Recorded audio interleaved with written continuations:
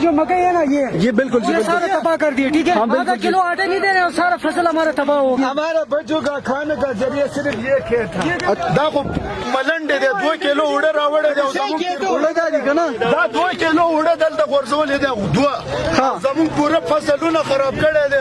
छोटा दल तराशा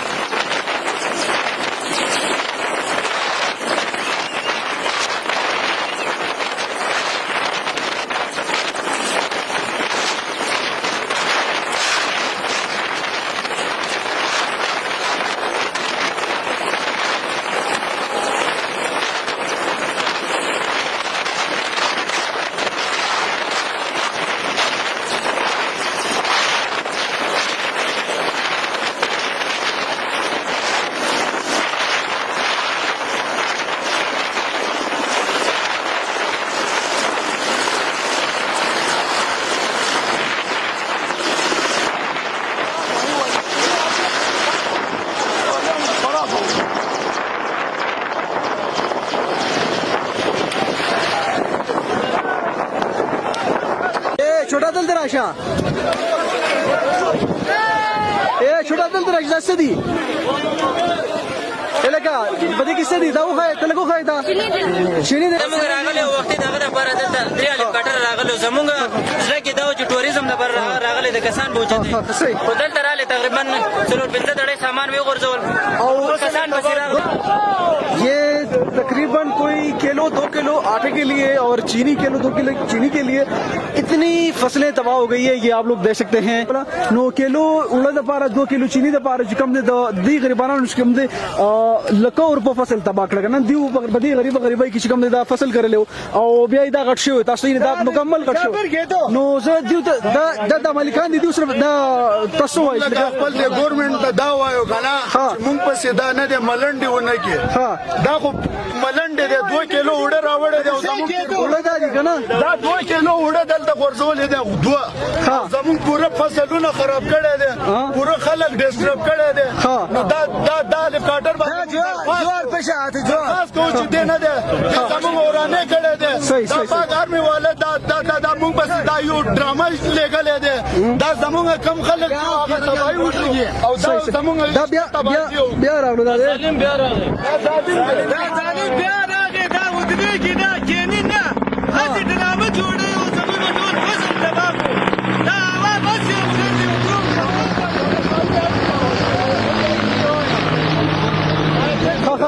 تاسو فصل هم خراب شو زموږ دا ټیبر لاندې وګوره حسابه دړي چې کوم نه دا دغه یو اړې پاتې شو دا هم تباہ کو صحیح تاسو فصل هم تباہ کړو مطلب فصل هم تباہ کو او دومره خلک هم بګي سیلاب هم چې کوم نه زموږ هم شي دومره خلک هم بګي نور څوک مالکان دي ये जो मकई है ना ये बिल्कुल सारा तबाह कर दिए। ठीक है, आधा किलो आटे नहीं दे रहे और सारा फसल हमारा तबाह हो गए। आप लोगों की फसल भी तबाह हो गई है, सारा मकई हमारा तबाह हो ये बड़ी अफसोस की बात है कि जी आप 1 किलो 2 किलो चीनी के लिए 1 किलो आटे के लिए इतने सारे लोगों की करोड़ों रुपए या लाखों रुपए की आप फसलें तबाह करके चलते हैं।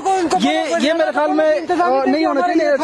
ये बादशाह साले जो है ना ये बड़ा डाकू है, ये बड़ा आदमी है, इसने आज क्या है ना आइंदा हम इस बंदे यहाँ छोड़ेगा मैं। ये हमने फसल के बारे में बात करनी है। ये फसल के आप लोग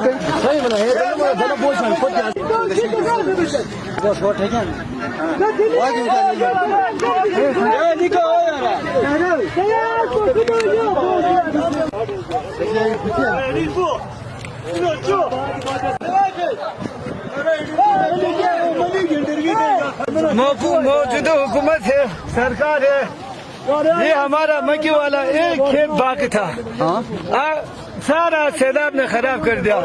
ये अभी फौजी ने ये खराब कर दिया। अच्छा, ابھی یہ ہمارا مکی ختم ہو گیا. یہ دوسرا ہمارا پڑوسی کا ٹیپر ہے, یہ بھی ختم کر دیا. یہ اس کا تقریباً یہ 1 لاکھ روپے کا سرمایہ یہ ہے, 60-70 ہزار کا سرمایہ وہ ہے.